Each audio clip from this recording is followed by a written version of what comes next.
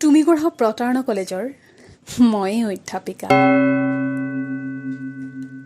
তেওঁ মোক প্ৰশ্ন কৰিছিল এদিন, হয়তোবা খবৰ সুধিবলৈ, নহয়তোবা কাব্যিকতাৰ উমান ল'বলৈ।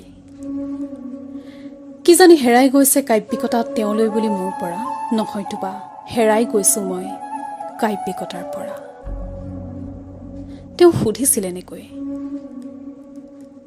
খবৰ কোৱা প্ৰেম, প্ৰতাৰণা আৰু তোমাৰ।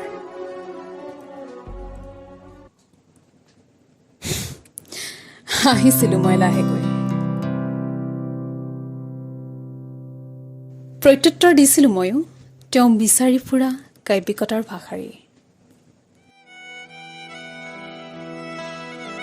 প্ৰেম এতিয়া ডায়েৰীৰ মাজত বলি যোৱা পৃষ্ঠাৰ দুপাতত। প্ৰতাৰণা প্ৰতাৰণা এতিয়া মোৰ পৰিচয়। তুমি গঢ়া প্ৰতাৰণা কলেজৰ এতিয়াতো ময়ে অধ্যাপিকা।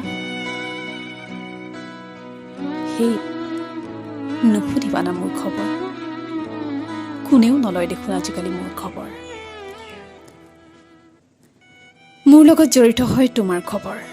বিৰক্তি লাগে জানা, বিৰক্তি লাগে নজনাকৈ দিবলৈ তোমাৰ খবৰ। নিদিয়া হলো সেই এতিয়া আমাৰ খবৰ।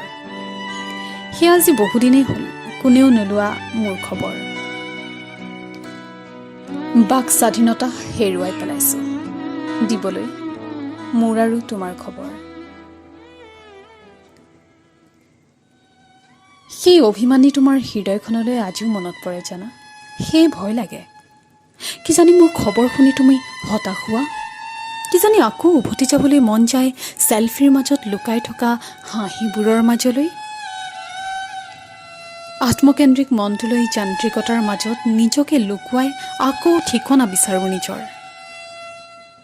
মোৰ মন যায় জানা, মোৰ মন যায় কেতিয়াবা আকৌ উভতি গৈ তোমাৰ খবৰ ল'বলৈ আৰু মোৰো খবৰ তোমাক দিবলৈ। কিন্তু থমকি ৰওঁ,